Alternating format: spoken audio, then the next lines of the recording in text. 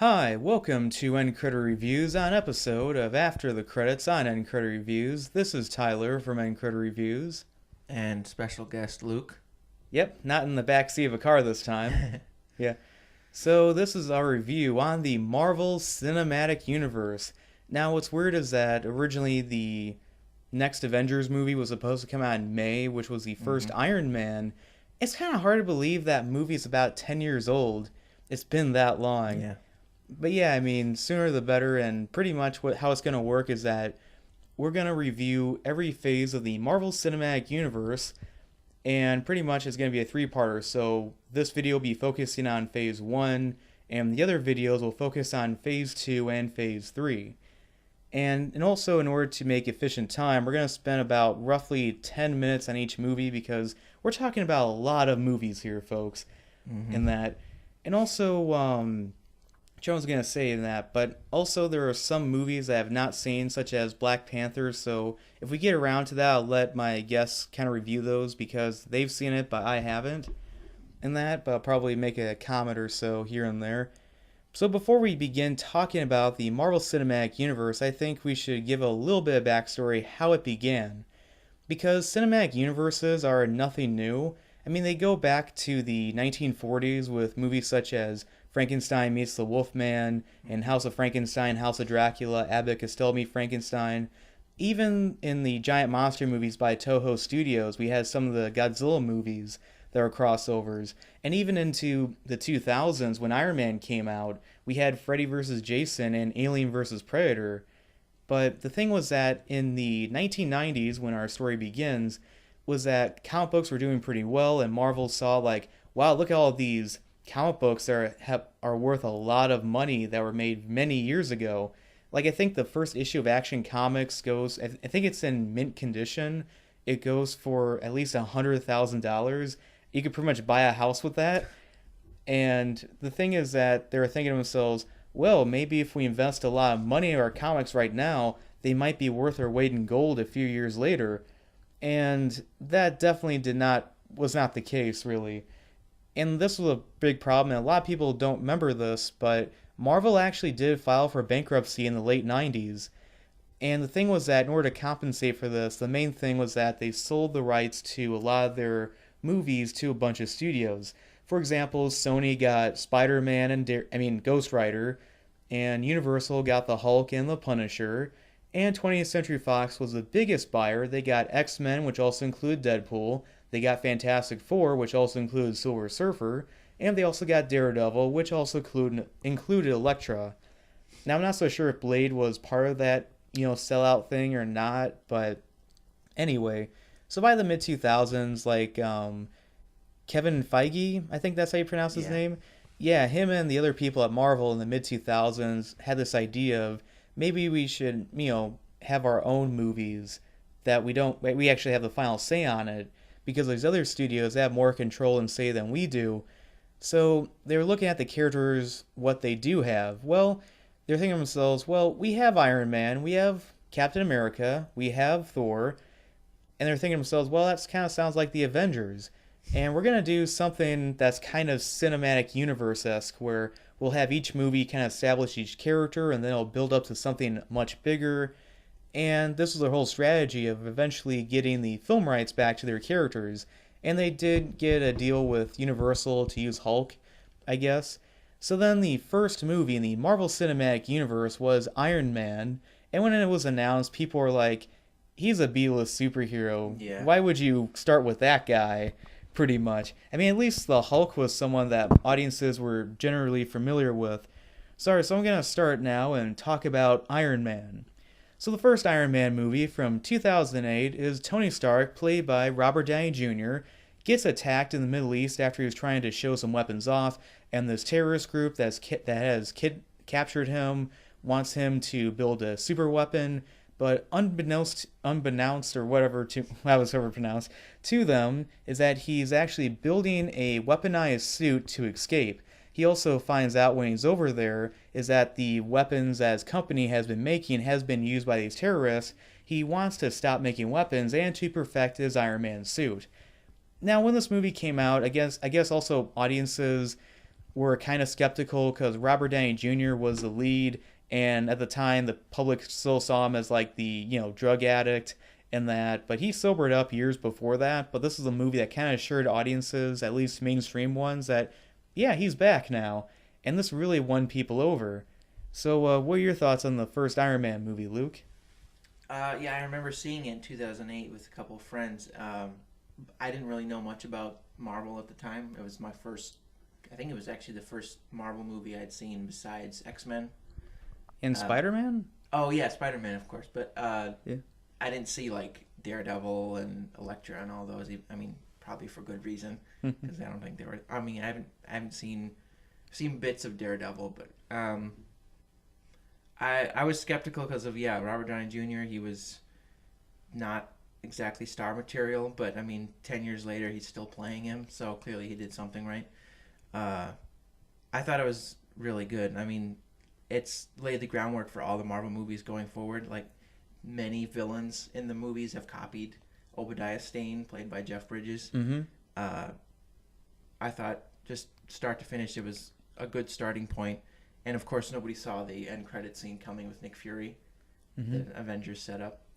Yeah, I mean, speaking of some of the characters in that, a lot of people don't realize is that with that movie when it was made, Terrence Howard, who plays Rhodey in the movie, he was actually paid more than Robert Downey Jr. was in the first Iron Man, because Terrence Howard was more of a bigger actor at the time, and he was seen as more, well, not as much damaged goods, I guess, compared to Robert Downey Jr. And also, I think it was Screen Junkie's honest trailer video for Iron Man. I like their funny comment by saying, like, man, Jeff Bridges is the only guy who looks cool riding a Segway. Which I'm like, yeah, pretty good point. But anyway, I mean, back to Jebediah and that with Jeff Bridges. I feel like he was an interesting kind of villain. It kind of reminded me a little bit of Scar from The Lion King as like the evil kind of uncle-ish character. But I don't know, I mean, there was a part in the movie where he's yelling at this one guy for trying to build the arc reactor better. And other people like myself were thought about him like, yeah, that was probably a not very good take. They should have took another take of that because, yeah, Jeff Bridges' acting in that one part just wasn't on par as it was in the rest of the movie. You mean the meme about him building it in a cave? He's like, Tony built this in a cave with a box of scraps. Yeah, it's just his delivery was a little bit kind of off a bit. But anyway, there's a part in the movie where he paralyzes Tony with these like earpiece things. Oh yeah. And here's a question that occurred to me recently. How come Iron Man hasn't used that technology in other fights of his? Because it doesn't kill anybody and it just paralyzes the person. You know how many fights and battles he could win easily if he just would have activate that thing and just paralyze the enemy? Could have put it in Loki's ear in Avengers. Yeah, or maybe, hey, when Thanos comes, maybe you could try that out, see if it'll work. Because, think about it, I'm just saying. And also, of course, I thought it was pretty cool in the beginning of the film where he builds his Iron Man suit. It's like the retro what we saw in the first appearance of Iron Man in the comics. I like that part. But I also heard that they built that suit before they cast Robert Downey Jr. in the movie. I'm not kidding. I heard one actor they're also considering was George Clooney. Oh, and I'm like, no, we saw that with Batman Robin. Look how that turned out. But yeah, he was definitely very quippy and also very fun around in that. And I like the part where he's like joking with Terrence Howard's character Rhodey on the plane, and they're like, "Oh, I'm not gonna drink in that." Then he ends up drinking. There's like a party, and a pole from a pole from the ground extends or from the ceiling for the pole dancing flight attendants. I just thought that was pretty funny in that. And what are your thoughts on Terrence Howard in the movie? I like him, but I think Don Cheadle has kind of grown on me since he took over in Iron Man 2, but. I like the line how he's like, next time, baby, and then he doesn't get it next time, ironically. Like he. Yeah, we'll get to him soon. Didn't he not like continue because he wasn't paid enough or something like that? Yeah, I'll get to that when we talk about Iron Man 2, but I did like Terrence Howard as Rhodey because in that Avengers Earth's Mightiest Heroes, like the way that Rhodey not only looked but also kind of his personality kind of reminded me of Terrence Howard a bit in a way. I thought it was kind of funny too how Terrence Howard's character was supposed to be like this military guy. He's supposed to be like strict in that, but he kind of has a soft spot for Tony, and he like wins him over. What'd you think of Gwyneth Paltrow as Pepper Potts? I thought she was all right. I mean, sometimes she's a little irritating to me, but Agreed. yeah, but I think she served her purpose in the plot for the most part. Yeah, I mean, there's a part I remember you're mentioning how you remember seeing it in theaters when it first came out, and it just reminded me of this moment where you ever go to a movie and there's some obnoxious person near you or Yeah. someone who gets easily offended. There was this like middle-aged woman that was behind me and my parents when we went to go see it. And what happened was the part where Tony's like convoy gets attacked, and she's like, "Oh my god," or "Oh god," and then later in the movie when Jebediah like paralyzes Tony, she's like, "Oh god." It's like this is a PG-13 movie, but anyway, besides some of the action stuff in the film. I think my favorite moment in the movie was when he goes to that war-torn area and like lays a beat Yeah. down on those guys who kidnapped him earlier. I love the part where he like shoots this missile at this tank and just walks away as it Yeah, explodes. action movie style. Yeah, but yeah, I mean, I think the assistant guy to the terrorist guy that captured him. I remember him from Deadliest Warrior. He was in the episode where it was the IRA versus the Taliban, and he was like one of the Taliban guys during that simulation. There's a part where a Taliban guy fires his RPG at this IRA guy. They're in this mobile home, and he gets out, and the Taliban guy is in there going, ah! It's just pretty funny the way they edited it. But well, besides that point, all right. So the problems I have with the first Iron Man movie, well, it kind of did lay the groundwork for kind of the one-off villain kind of in a way, but also the final climax in the film when he fights Iron Mongor, and that the whole like the rest of the visual effects in the movie are pretty good, but the part where he's fighting Iron Mongor, like some of the movements on the character, it kind of came off a little bit as a Pixar movie in some parts. I will say my favorite part of the movie, or one of my favorite parts during that final battle scene, is when he's like fighting Iron Mongor and he's like, I thought of everything in the suit. What'd you think of the icing problem? The icing problem. You may want to look into that. And like bonks him on the head. I'm like, that was pretty smart writing, I gotta say, on their part. Also was a kind of a breath of fresh air where he's in that conference and he's like, I'm Iron Man. Yeah, just comes right out and say it. Yeah, I like that. All right, so what would you give Iron Man's, Luke? Are we going on 100 out of 100 scale? Whatever you want to do. So Uh, wait, I'm gonna. All right, you got 30 seconds. I'd probably give it an 80 out of 100 or like 8 out of 10. I think it was a solid star for the MCU. Okay. All right, so I'll give my rating. I think the movie was pretty decent in that, and I consider Iron Man to be significant, like The Dark Knight in a way, where it was kind of like it would change comic book movies forever. And also, I do like Robert Downey Jr. a lot as the lead. He's definitely one of the biggest stars in the world right now because of this movie.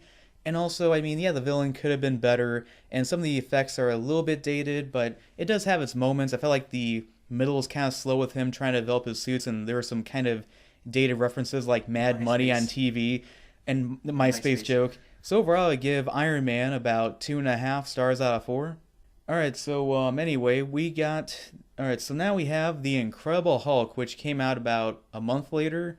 Mm-hmm. So, which was kind of soon if you think about it. Yeah. But anyway, The Incredible Hulk is a movie where it's another Hulk movie, but it's kind of debatable whether or not it fits a sequel or a reboot. Because you think about it, the first Hulk movie that was directed by Ang Lee, he ends up in South America at the end of that movie. And then in The Incredible Hulk, he's in South America in a way. He's kind of almost a soft reboot. Yeah, I agree. So anyway, in this movie, we have Edward Norton this time playing Bruce Banner. He's in South America trying to hide from the government who's trying to hunt him down. And thus, there's these group of military men who are after him. And also there's this leader guy who eventually becomes the Abomination, played by Tim Roth, is it? Yep. Okay, wasn't so sure if that was his name, but yeah. The guy who played the villain in that Planet of the Apes movie with Mark Wahlberg. He was like the only good part about that movie. But yeah, I mean, so pretty much he goes back to, America to try to find this cure by this one guy who I guess they kind of hint at being the leader at some point, but what happened to him? Yeah, yeah. Isn't he in jail? I don't know. I feel like there's something that Marvel could have done something with, but they sadly forgot about. Yeah. So yeah, I mean, what did you think of the Incredible Hulk?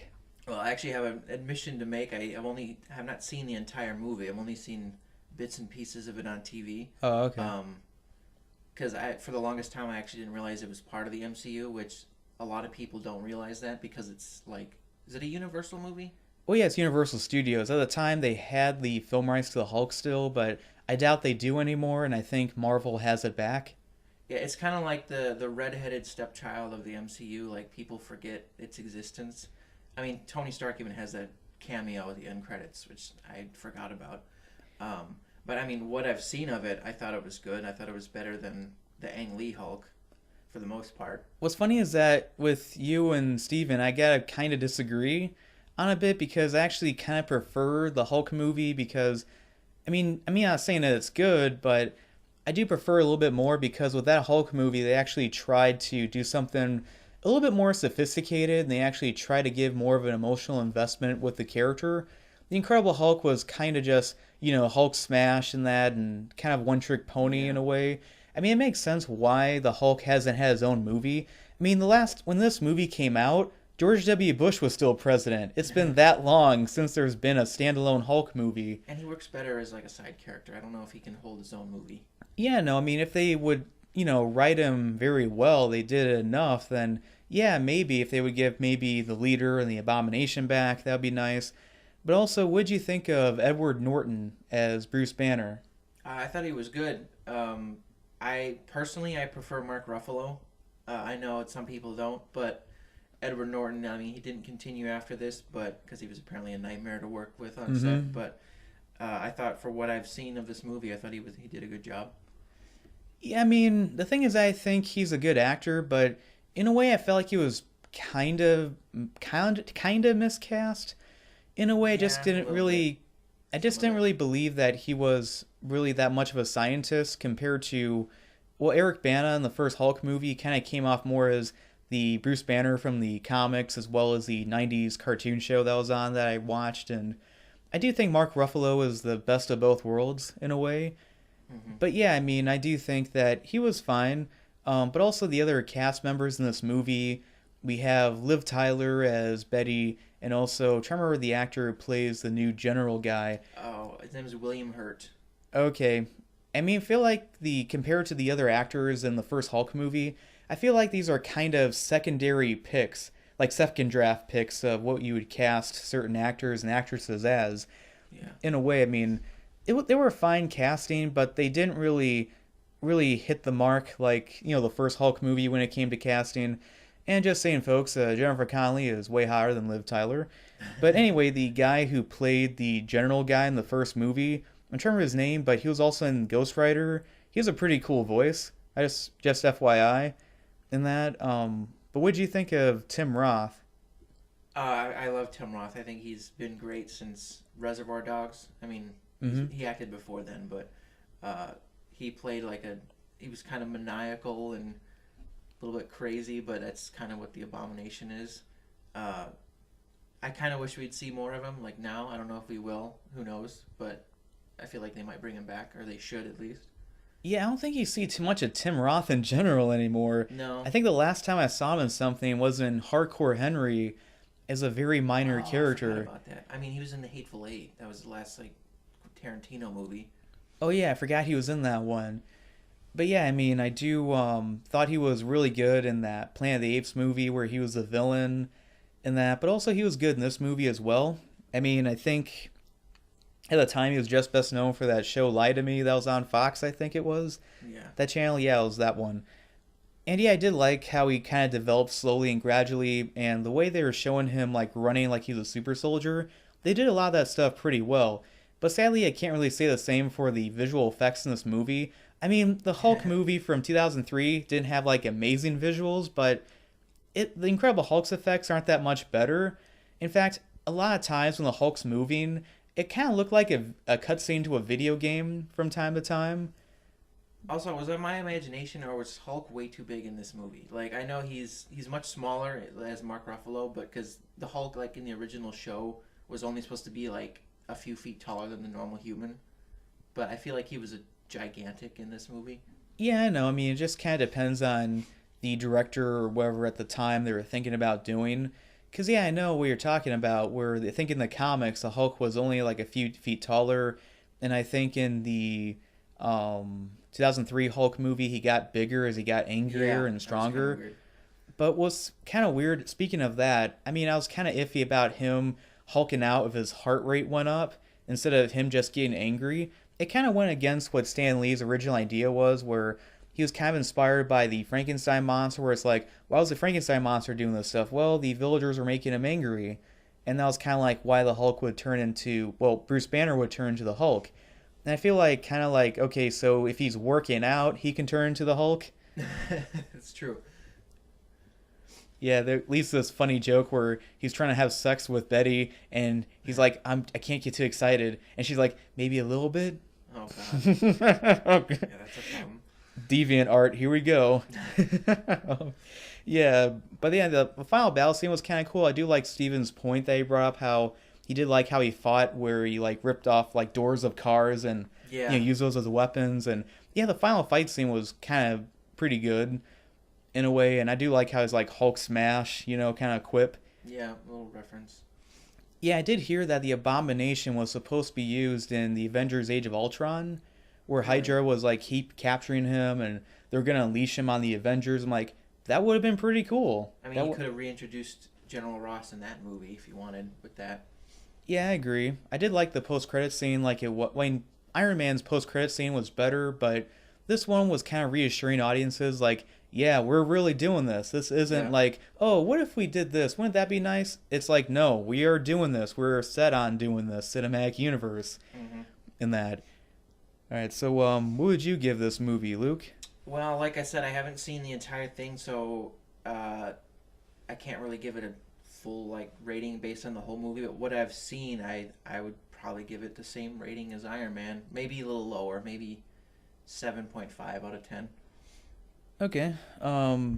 Well, for me, I think this is one of the weakest MCU movies. For a while, I thought this was the worst Marvel Cinematic Universe movie, Oh but no, it's not. later on, I will explain why I think another movie tops this one. It does have its moments here and there. I do slightly prefer the Ang Lee Hulk movie. I know that's unpopular in my opinion, but anyway, I do think that it's fine in that, and I won't be surprised if this is disregarded as canon in the future. It might So, be. so overall, I give The Incredible Hulk about 2 stars out of 4. Okay. All right, so we have Iron Man 2. Iron Man 2 came out a couple years after the first one. And this one, we have a new villain played by Mickey The Rourke as, wrestler. yes, yeah, pretty much, as this villain, kind of Whiplash and some other characters. And I guess his father worked with Tony Stark's father on the arc reactor thing, and he felt kind of screwed over by it. So he creates the arc reactor himself and uses like a whip to try to get back at him. And then another rival of Tony Stark, played by Sam Rockwell. yeah, Sam Rockwell. I can't believe I just forgot his name. It New, just left new, me. new Oscar winner. Yeah, and also he plays this guy of a head of a corporation called Hammer. Yeah. Not to get confused with Hammer Studios who make those horror movies and such from like the 50s and to the 70s. But yeah, I mean, so he's like, okay, I'll hire you to make these weapons for Tony Stark and that. Meanwhile, Tony Stark has like his arc reactor is slowly killing him, and also Don Cheadle, who plays Terrence Howard's character of Rhodey, captures the Iron Man suit and becomes War Machine. And meanwhile, we also have Black Widow. And you can kind of see the problem with Iron Man 2. It's kind of like Yeah. Spider Man 3, where they just introduced way too many new characters into the movie. And also, it kind of reminds me of Superman Returns in a way, where both those movies were highly budgeted, like they were expensive to make, but there wasn't much action in these movies. Like, I think, again, Screen Junkies on his trailer video said that, it was about 15 minutes worth of action. That's enough to fill up a trailer, but not enough to fill up a movie and that sort of deal. But yeah, what did you think of Iron Man 2, Luke? I think it had a lot of problems because they were trying to set up the Avengers clearly. Like there was a lot of set like Nick Fury being basically a starring role. Um, I think the best part about it was Justin Hammer, played by Sam Rockwell, just because I love that actor. Mickey Rourke, I thought was an okay villain. He just seemed kind of cheesy at points and didn't really do a lot, except for his. I mean, the whip like effects were cool, and then obviously like him having the suitcase suit. That was like the beginning of like the cool like new transformations that Iron Man has with his suit, but and then like I like the whole like side plot with the drones and stuff, like him wanting to build drones and him saying that it needs to have a pilot. But overall, I just think this was like the definition of a filler. Like it felt very filler. I think it's probably like on the lower tier of the MCU. Yeah, I agree. I mean, this is a movie that I felt like they tried to do way too much, and it felt like they were too concerned about the future instead of the Yeah. current movie they were working at, which is a pitfall of a lot of Marvel. I mean, a lot of just cinematic universe Mm. movies in general can easily fall into that pit of it. But yeah, I think Mickey Rourke was a really good villain in this. I feel like he was one of the better Marvel villains in the MCU. But the problem was they cut a lot of his scenes out, and I think in an interview he was kind of irate by saying like, "quote, nerds cut a lot of my scenes out of the movie." In that, and yeah, he's a great actor, like Robert Downey Jr. And I just wish there was more scenes with him. But also, another character I felt like was not needed in this movie at all was Black Widow, played by Scarlett Johansson. But what'd you think of her in this movie? Yeah, I didn't think she. I mean, like I said, she's only there to set up the Avengers, and it was her first of many hairstyles. Like it changes every time she shows up. Uh, but yeah, she was kind of pointless in this movie. She was just kind of there for Tony to ogle, basically. Yeah, I guess I kind of like watch him in that, and I know they wanted to establish Black Widow and that sort of thing. And in the movie, it's like okay, she did her stuff in that, and also she's hot with the tights on. But anyway, I guess the new actor who plays Rhodey in this movie is Don Cheadle replacing Terrence Howard. Now, from what I've heard, he had in his contract that he supposed to get paid X amount of money, and Robert Downey Jr.'s like pay salary went way up in this movie compared to the first Iron Man. And not Don Cheadle, I mean Terrence Howard's contract, he was like, I should be paid, more money in that. A contract's a contract. And Marvel let him go. But what was kind of douchey for Marvel to do was that they didn't tell him first. He found out the same day that other people on the internet found out about it. Wow, that sucks. Yeah, so then Don Cheadle is him, and honestly, I don't really care that much for Don Cheadle as Rhodey in a way. In fact, the way he kind of acts in this movie is kind of douchey in a way. Like, I know I said that before, but I feel like especially in this movie, that's how I would describe him at certain points, like at the end where, he's like War Machine, and he was talking to Tony, and he's like, I wasn't asking you to, give back the suit and that. And he flies away, Yeah. and I'm like, wow, ungrateful much. And then there's the whole fight between the two of them when Iron Man is like completely drunk. Yeah, I mean, what kind of took me out of that was that, so let me get this straight. He could not only perfectly fit in that suit, he was the same height and body Yeah. type and head size and head shape as Robert Downey Jr.'s character, but he knew how to perfectly fly that thing when Yeah, Tony spent a had good to- chunk yeah. of the first movie trying to figure out how to fly it when it was something that he himself invented. I think their justification was that Rhodey is like in the Air Force, but that still doesn't make any sense because I know. he doesn't have an iron suit that flies in the Air Force. I know, it's like just because I know how to drive a car pretty well doesn't mean that I'm an expert driver in a video game Yeah. in a way, but yeah, that was pretty inconsistent with it.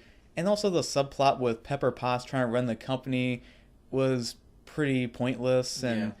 the part where I guess he's developing a new element and how overly convenient that his father developed a new element out of the kind of blueprints to this park, which Yeah, was that like, kind of weird. what? Yeah, and it just so happens that it was like, oh, this is the cure. I don't need to use palladium anymore. It's not poisoning me now. Like it's like a giant Deus Ex Machina. Yeah, we'll bring that back up in the next Iron Man movie. But anyway, I do think that I know we've been kind of disliking this movie a lot, but I want to talk about the things we liked about it. Mainly, I would say I do like the opening sequence where he like jumps out of the plane, where he's like talking with Pepper Potts and that like you complete me kind of thing, and he shows up to this like big convention. It's like very bombastic, and the part where he's like fighting at that what's it called, that The Monaco speedway. Speedway. Yeah, I mean, I'm kind of mixed about that scene because okay, it was kind of a decent scene, but also John Favreau is the director of the movie. He plays his like assistant, and he's like takes a car and hits like Mickey Rourke's character several times. Yeah, that was weird. That was kind of stupid in a way. You could just like pinned him instead of just backing up and hitting them Ramming multiple him. Yeah. times. But I gotta say, the climax of the film where they fight all those drones, especially when they're in that one dome area, they're just shooting away. It's just awesome to Yeah, watch that that was cool. scene with the stereo on. Even though Yeah. it's only like a minute long, it's pretty cool. They introduced new weapons, like I think Iron Man's got lasers now that comes Hmm. out of his wrists. Yeah, that's a pretty cool weapon. Yeah. And it's the first time we see Rhodey in action as War Machine. Yeah, I liked his design of his suit in this The one. minigun on his shoulder. Yeah, I thought that was interesting how like Hammer's tech, which is Sam Rockwell's character's company, pretty much supplied his weapons. And I like the funny joke where it's like they hype up this weapon called the Ex-Wife, which is supposed Oh to yeah. be like this really powerful little missile. He shoots it, and it's like dunk. And he just bounces off of him. Yeah. But also, I remember a friend of mine jokingly said like when the it gets like the two like whips out and he's like whipping the characters and he whips like War Machine's thing and Oh boy. I'm surprised there wasn't like a backlash like is that racist? I mean, if it came out today, I'm sure that would be a problem. Yeah, but it's just like a joke in that, but he's like the villain, so it's fine. He'll probably win an Oscar or whatever. I really wish Justin Hammer would come back and be in more movies just because Sam Rockwell is always entertaining to watch. Yeah, I agree. So, what would you give this movie, Luke? I think this is definitely in like probably the weakest three for me. I'd probably give it a 5 out of 10 just because it's. I mean, there are enjoyable moments, but I don't think it's good as a movie on its own. I just think it's a lot of setup and filler. Okay. All right. So, I think this movie was pretty disappointing. They had way too much stuff they were trying to fit into this movie, and also with there were some good action scenes here and there. I mean, yeah, Scarlett Johansson was good eye candy, but wasn't necessary to be in the movie. And again, yeah, too many subplots. And Mickey Rourke was a really good villain, one of the better of the MCU, but sadly was shortened for screen time. And yeah, I do think that this is definitely one of the weakest MCU movies and kind of messy. So overall, I give Iron Man 2 about 2 stars out of 4. Okay. Alright, so now we're talking about Thor. Alright, so Thor was kind of left field in a way for a lot of audiences because it's based off, well, of course, a Norse god, but again, he's not as well known as even Iron Man was at the time before the movie was made. So basically, the movie Thor is about the, Norse god of thunder, Thor, played by Chris Hemsworth, and he pretty much is butting heads with his father, played by Anthony Hopkins, who is Odin, and pretty much, I guess, Loki, played by Tom Hiddleston, is it? Mm-hmm. And he pretty much like tricks him to like fight the ice giants or frost giants, whatever they're called, and pretty much he's like scolding him, and then he's like, "I've had it with you, Thor, and I'm just gonna banish you to Earth, and you'll lose your powers." And he's at Earth, and he's trying to figure out how I'm gonna lift the hammer again, and he interacts with this new scientist played by her name's Jane, played by Natalie Portman, and pretty much it's that kind of movie. And I think Screen Junkies perfectly summed it up on his trailer. Again, and I'm quoting them a lot, but it's like you've seen good superhero movies and bad superhero movies. Thor falls into the category of like, I guess they did the best they could. Pretty much. I mean, Yeah. he was the biggest risk thus far. Yeah, but what did you think of Thor? I think this was one of the ones I actually didn't see in theaters, just because I was like, Thor, who? Like, I didn't really, I mean, I knew of him, I just didn't know much about him. But, honestly, I think they did do the best they could do, because Thor, this was the first time they were dipping their toe in the water of, like, figuring out how far they could go, how mystical, how weird they could get with Marvel. I liked all the stuff on Asgard. I kind of wished they stayed there. Some of the fish out of water stuff with Thor I liked, but I kind of thought that stuff went on too long. I hate Kat Dennings. I don't think she's. Her character was really irritating to me. Like all her, like her jokes, like I just thought she was completely pointless, like as a character. Um, Natalie Portman thought was okay, but I can see why they got rid of her. Uh, Well, she didn't really want to come back after the second one. yeah, I mean But that's yeah, we'll get to that understandable. later. Yeah. All right, so yeah, I mean, what's kind of funny is that how I've kind of agree and disagree with different stuff what you said. I'll get to that, but anyway, this movie kind of like Iron Man 2, I like to with the movie Thor, I kind of developed a new kind of statement with movies where I like to call Thoring it. And Thoring it I describe as that a movie where pretty much they spend the majority of their budget on getting an A-list actor and spending on visual effects, and most of the money went and the rest of the money was filmed in like really cheap locations. For example, Ghost Rider Spirit of Vengeance and the Fourth Underworld movie, you can tell they really did spend most of their money on effects and some actors, but most of the settings were pretty cheap to make and where they're filming at, whether it be in an abandoned building or in the middle of the desert and that. But yeah, I did like Thor's kind of jokes of like, I need a horse when he goes to a pet shop and he's And like drinking, another smash. yeah, at the diner place. Yeah, felt like it was overly convenient that the scientist he ran into was someone who looked like Natalie Portman and just so happened to be single, Yeah. and that I never really. I think she was okay, I guess, but yeah, I gotta disagree with Kat Dennings and that. I mean, maybe it was some of the, I guess maybe some of the writing or whatever they had her character go for, because I think Kat Dennings is kind of funny, but also I think she's also kind of hot as well. And I think like that's a good, two for one special. A woman that's hot and funny. But yeah, I mean, people I thought you were gonna not gonna make that point until like the next Thor movie. But yeah, I mean the visual effects are pretty impressive. Like there was that scene with the Annihilator, I think it The was. Destroyer, I think. Destroyer? Yeah. Okay, what I don't remember the exact name of the character, but yeah, it was pretty cool in design.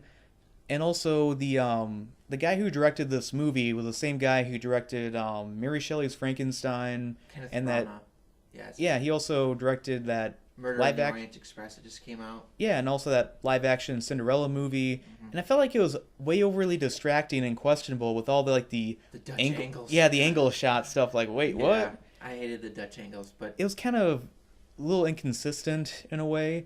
I do like how they do show Thor with the helmet on at first. yeah, I wish they showed more of that. Yeah, I mean, I heard he wore a wig in that movie to try to make Oh. it look there, but then I feel like they made the kind of smart decision where he had these like long Viking like dreads in a way later on to make it more consistent. And also, speaking of Chris Hemsworth, I think he's okay as an actor. I feel like his acting gradually within the MCU gradually got better. I did Yeah. hear his acting was not very good in this movie. That Anthony Hopkins, who's a professional actor, he's really good. He actually, I heard he yelled at Chris Hemsworth for how like not so know good his acting was. I just feel like that's pretty funny. But I know a lot of women don't really care for that because they're just drool every time he takes his shirt off. But what's weird about, I know it's kind of a side thing, but I'm only one to think Chris Hemsworth looks kind of weird with his shirt off. He kind of looks like Stretch Armstrong a little bit if you stretched him a bit. It looks just kind of weird to me. That's all. I'm not like a expert on judging male physiques and that, but it just looks. That's all. It's just kind of weird. What'd you think of Loki in this movie? Oh, I think he's great. I definitely think he's up there as one of the best villains in the MCU, just because, and a lot of that has to do with Tom Hiddleston. And I don't know if you knew this, but originally Tom Hiddleston auditioned for Thor. Yeah, I and remember that. I yeah, think like, there's I- a it- photo of it. I think there might be some video too, but I don't think he. I'm glad they chose who they chose because I don't think he would have worked as Thor. Hmm. But yeah, I think he's really good. I just think that's really ironic and pretty funny in a way. I mean, it's kind of like how in Batman the Animated Series, the guy who voiced the Riddler originally auditioned for the Joker, but eventually was like, nah, you're going to play the Riddler instead, Oh, I didn't know that. which is kind of interesting. But yeah, speaking of back to the Marvel Cinematic Universe and Thor, and this movie did have its moments in that with some of the action with fighting the frost giants, ice giants, you know what I'm talking about. And also at the end when he's trying to smash the Bifrost to stop Loki's plan. But back to Loki, I do like his villain in a way. I feel like he's pretty developed, pretty well. And I do agree, he's definitely one of the best MCU villains. I know, like, Steven would disagree because he doesn't really care much for Loki, and that he thinks he's, I don't know, I don't want to say overrated, but I think it'd be better if we had Steven on here. But anyway, I do think that the part. Oh yeah, I can't believe I forgot, but I now remember. Is Hawkeye is in this Oh movie, yeah, played yes, that's by where he was Jeremy introduced. Renner. Yeah, what'd you think of Jeremy Renner as Hawkeye in this one? I mean, I like him, but similar to Black Widow, I think they just stuck him in there. I actually heard that they needed like just some generic Shield agent, and they're like, "Hey, we got Hawkeye. We're gonna introduce him, so let's just stick him in this one scene." Or no, he was in more than one scene, but basically he was just there to hint at the future. But I like him in general as a character. Yeah, I know, but the problem was that he was pretty pointless. I Yeah, mean, he was. he just kind of stood in the background, like I'm ready to take the shot, Yeah, but he'd never shoot. I don't think he even shot at him once. I don't think so. In that, and I just felt like he was pretty pointless. He was more pointless than Black Widow was in Iron Man 2 because he didn't have that much of influence in the plot and the story in that. So, what would you give this movie, Luke? I think Thor is the middle of the road when it comes to MCU. Kenneth Branagh, as a director, I can see why they chose him because he likes Shakespeare and has very Shakespearean tones to it. Overall, I enjoyed it for the most part. I mean, I wish it was set less in New Mexico and more in Asgard, but overall, I think I'd give it a 6 out of 10. Okay. 6 or 7. Okay. Alright, so for Thor, I think it's another kind of average MCU movie. I mean, it's not like, I think it's better than The Incredible Hulk, and Mm-hmm. I do think Iron Man 2 is just slightly better because there's more memorable scenes. But yeah, I do think Thor has its moments, and I do feel like it's kind of in that kind of sense in a way. It's not bad, but it's just kind of forgettable. So overall, I give Thor about 2 stars out of 4. Okay.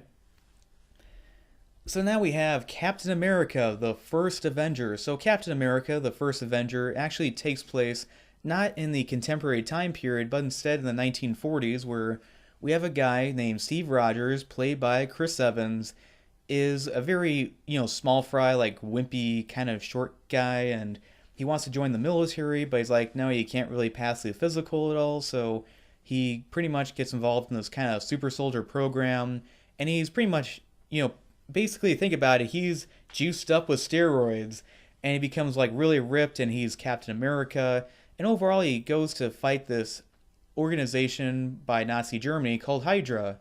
And leader of Hydra is, of course, the Red Skull, played by Hugo Weaving. Mm-hmm. Oh, almost left me there. So, what do you think of Captain America, the First Avenger?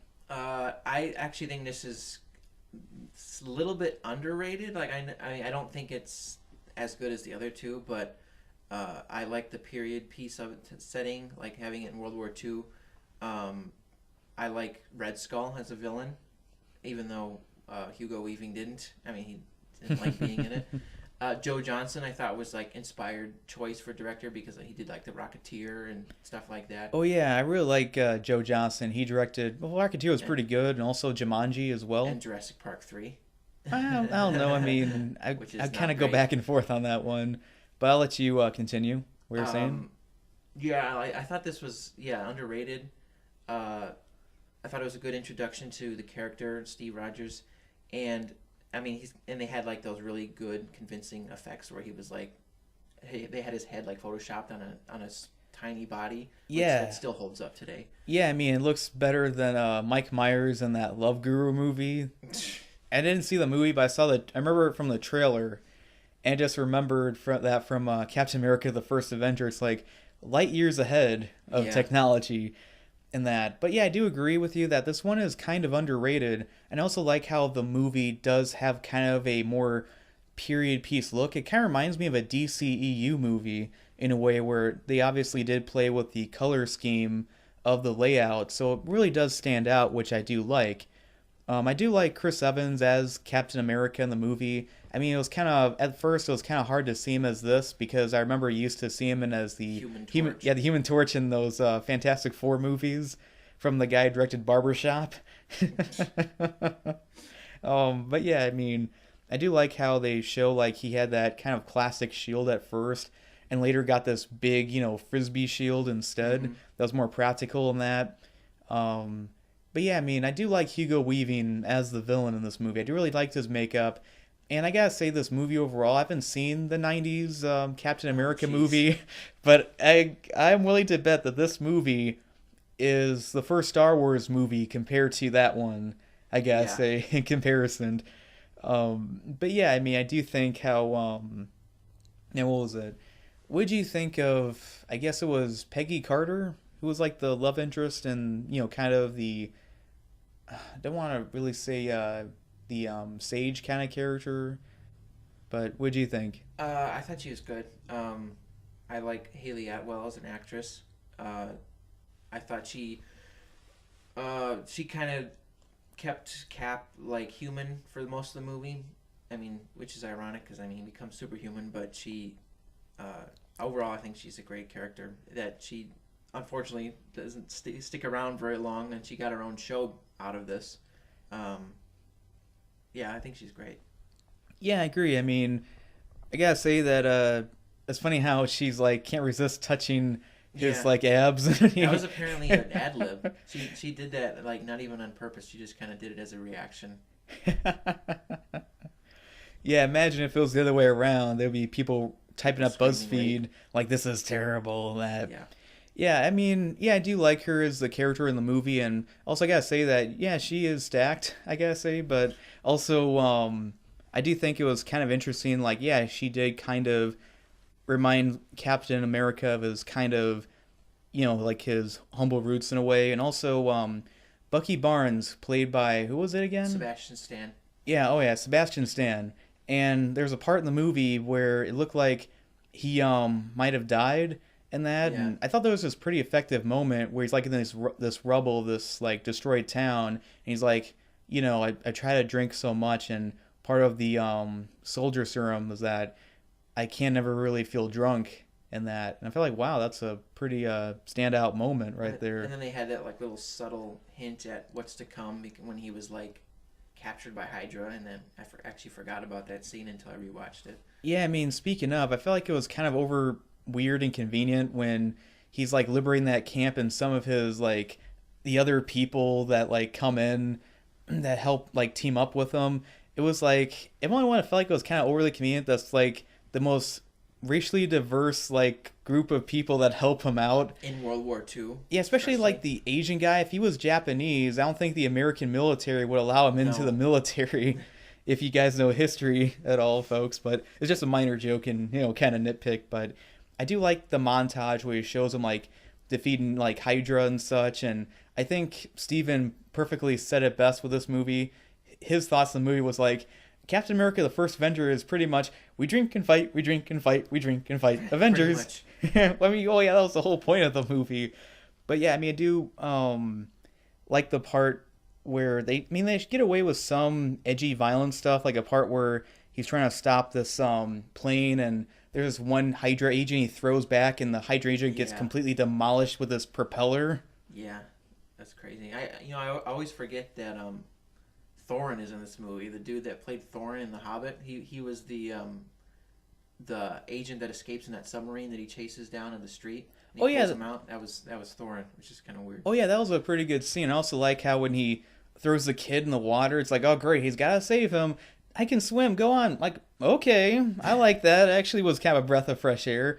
But there was this part. Speaking of like action stuff, when he's like in that hangar bay trying to catch that one plane, I felt like it wasn't edited pretty well because there's a part where they show him like swinging on his chain in slow motion, Oh yeah, and then they cut to him like running on the ground, and I'm thinking to myself, what? I mean, did you guys forget to show a shot where he lands on his feet on the ground? yeah. It just felt like they were missing like a shot in a way. I mean, it wasn't like a montage sequence, but yeah, I mean, also I keep forgetting that Tommy Lee Jones is in this movie. Oh yeah, that's right.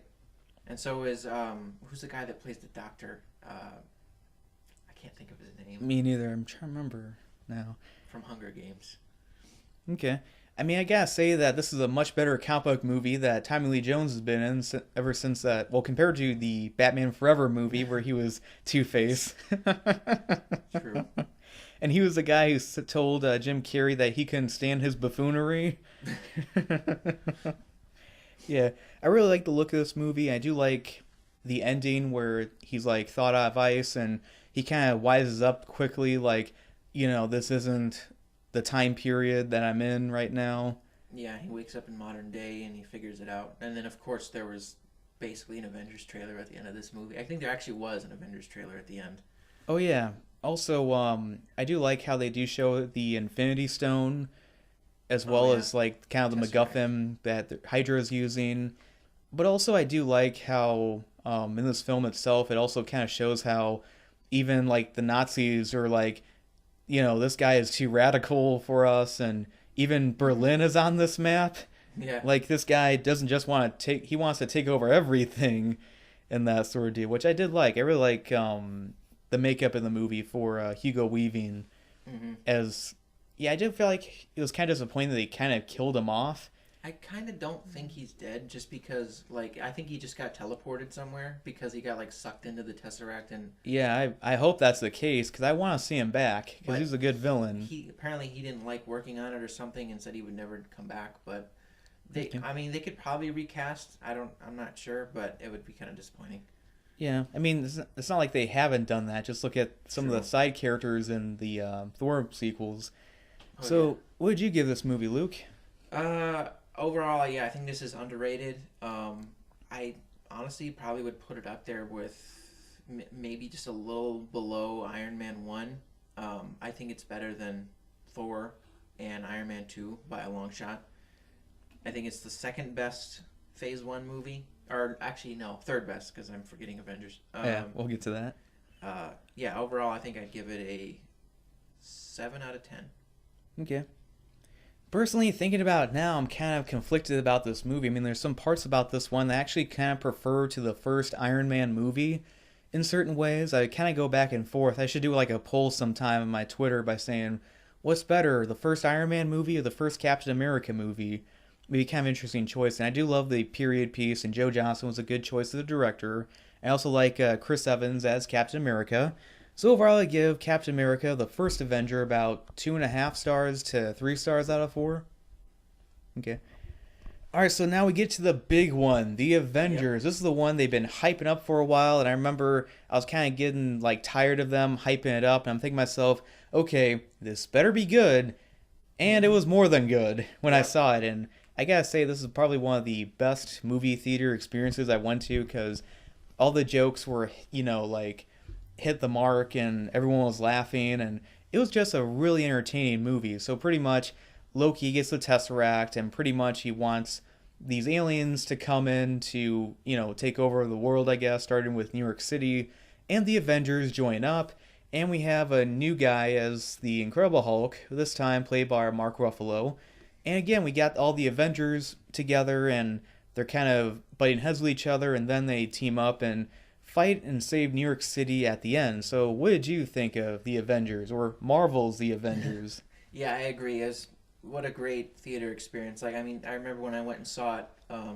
We were like so hyped to see it that like we left our car on the entire time when we went into the theater. Yeah, that was bad. But um, Joss Whedon, I thought, was an inspired choice to do this because he's good with ensembles, like he did Buffy and Angel and Firefly. So he knows how to handle many characters and many egos. Well, except for Alien Resurrection. Oh, that's true. Yeah, I mean, and then he did like Toy Story. Yeah, Alien Resurrection is like an anomaly in his resume. I don't know how he was involved with that. Um, but yeah, I think all the pieces came together almost perfectly. I do think the beginning is a little slow at Shield, like when Shield's falling, and I'm just kind of like, okay, let's move on. Let's get to the team coming together.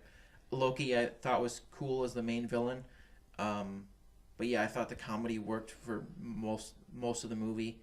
I did like the Chitauri invasion at the end, and I think Mark Ruffalo as the Hulk is the best Hulk we've had. I mean, I do think he's good as a role, but personally, I think, I don't know, Mark Ruffalo is kind of overrated as an actor. I don't understand why, from time to time, he gets nominated for, best Yeah. supporting actor, because a lot of times in movies I just feel like he's on autopilot for his acting in a way. But anyway, besides that point, I really think they really, for the first time, made the Hulk look really convincing and really Mm-hmm. good in the visual effects point. Like, I know ILM did the effects in the first Hulk movie from 2003, and they did the effects for this movie, and they definitely got it right with the Hulk in this one. And I do like how when Iron Man just runs into Thor for the first time, he's like roasting him, like, oh, Shakespeare in the Park. Does your mother knoweth that thou weareth her Yeah. drapes? I remember everyone was dying laughing by that point. How these two were like clashing, and in a way, it kind of came off as like a science and religion kind of clashing, if you think Mm-hmm. about it, in a way in that moment. And I do like how like Captain America like intervenes and such, like breaks it up, and but also Agent Coulson.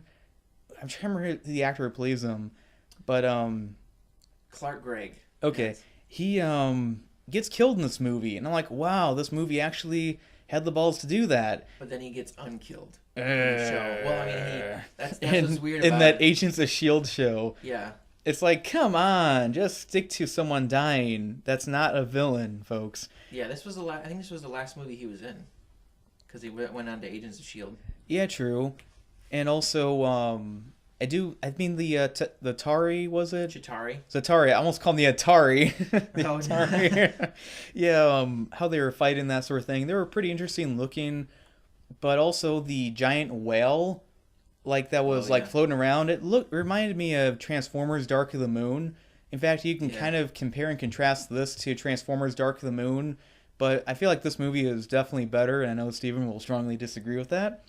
But yeah, I mean, I felt like someone brought a good point by saying that when those aliens died, it was kind of like the Phantom Menace when the mothership was blown up. Yeah, they all just collapsed. Yeah, like the droids in the Phantom Menace, the battle droids, and that's what I meant to say. But yeah, I mean, I do like how there's a bunch of like big action throughout the whole movie. I love the part where they are like the camera like pans in a continuous, cut to all these like events that are happening with these characters, and then like Thor and the Hulk destroy this one big Yeah. monster, and then like Hulk just like punches Thor and like Yeah. knocks him away. Yeah, it was a great moment. Yeah. And then, of course, when Hulk grabs Loki and smashes him Oh, around. that is a moment that like everyone was like dying laughing, but I think the only problem with the character of Loki in this movie is that I felt like he got owned too much at times, like Yeah. kind of too easily during certain points. But yeah, I do like how Loki did um, do like various trickery, how they did have the Avengers turn on each other a little bit, and also how that kind of that monologue he had with Black Widow was actually pretty good writing, I gotta say. And what else I was gonna say? To remember, but And of course, he had the trope that happened for a few years where he gets captured on purpose, oh which yeah, that was in that and The Dark Knight and Star Trek Into Darkness. They kept doing that. and also in Skyfall, Oh yeah. and the Call of Duty Black Ops 2 video Oh, game, that's true. which is like, All around the same time. yeah, I mean, it's like the Dark Knight did it first, so I guess they kind of copied stuff in a way. But yeah, I mean, this is a movie that you can think about it. It's a crowd pleaser, is what Mhm. its sole purpose is, and it does an excellent job with that. But I think the reason why I think a movie like Batman: Mask of the Phantasm is better is that they all hit their marks pretty good. Like they hit all the check marks what they wanted to do. However, I feel like a movie like Mask of the Phantasm went the extra mile, where it really did kind of something in a way that felt like more of a personal story, that was something that was more unexpected. And this one, yeah, is definitely more of a crowd pleaser, and also it kind of marked the beginning of a new era of comic book movies. And The Dark Knight Rises, that came out that year, kind of marked the end of a chapter where The Dark Knight Rises kind of represented comic book movies that were kind of like their own thing, and the Avengers was like, this is a new thing, we're gonna have shared universes and that. But yeah, I mean, yeah, there was a lot of good jokes that do hold up pretty well, and there was really good action scenes. But yeah, I do agree with people that the beginning of the movie was a little bit slow at times. But what did you think of the character interactions throughout the movie? I mean, I thought they were great. Like that's some of the best parts of it is just watching all the Avengers clash. Uh, and I mean, some of them even straight up fight, like in like the Shakespeare in the Park scene. But again, that's a testament to Joss Whedon and his writing. But yeah, and then like there's just some iconic shots, like the one where the camera goes around all of them in a circle, and you see Black Widow with her gun, and you're just like, what is she gonna do? Just shoot, use her like a gun and a guy with a bow? But I mean, Yeah, I know. She'll use her lap dance takedown. But yeah, I mean, I do like the part where Captain America comes in and kind of like takes charge and stuff, and that cop's like, "Why should I take orders from you?" And he like owns these aliens right in front of him, and and he's starts like, giving orders. "Yeah, Yeah. that was pretty good." But yeah, I mean, speaking of Captain America, I do agree with a lot of people that his costume was one of the worst Yeah. that we've seen him in. It's a little weird. Yeah, I mean, some people jokingly said like he looks like he's gonna go to a slumber party. But yeah, and then at the end, they eat shawarma. And they're Yeah, like kind of post credit scene, and shawarma scene. I recently had shawarma recently. I've always wanted to try it, and pretty good stuff, I gotta say. But And then of course the Thanos tease, which we've been teased at for nearly a decade. yeah, a lot of people thought that he was gonna be played by Ron Perlman, which I felt like that would be perfect casting, because kind of like got that head shape. It was just some like kind of no name that played him in this scene. Just when he looks at the camera. Yeah, I know. Yeah, but so overall, what would you give this movie, Luke? I think it's, if not the best Phase 1 movie, maybe the second best. But I definitely think it's up there overall, even with the MCU as a whole. But just as like an enjoyability factor, I think it's just so much fun to watch. So I think I'd give it probably a 9 out of 10 just because I enjoyed it so much. I mean, yeah, there's maybe parts of it that are not perfect, but I just think that it was the best first Avengers movie we could have got. Like there were so many things against it. It could have gone really wrong in so many ways, but they pulled it off miraculously. Yeah, I agree. This is a movie that was very entertaining from beginning to end, and yeah, I mean, Loki kind of got owned too much, and yeah, some of the stuff like the aliens were a little bit generic, and also some scenes I felt like they could have done a little bit better at, but again, the writing's pretty good, the action's pretty good too, and I love the kind of blooper reel where it shows like Thor trying to catch this like hammer, and it's like bouncing up. So overall, I would give Marvel's The Avengers about 3.5 stars out of 4. Okay, so we're gonna stop it here for now, and we're going to next time talk about Phase 2 of the Marvel Cinematic Universe. This is Tyler from Encoder Reviews. It was special guest Luke. Yep, this time not in the backseat of a car. And we hope you enjoyed this episode of After the Credits on Encoder Reviews. Please like and subscribe.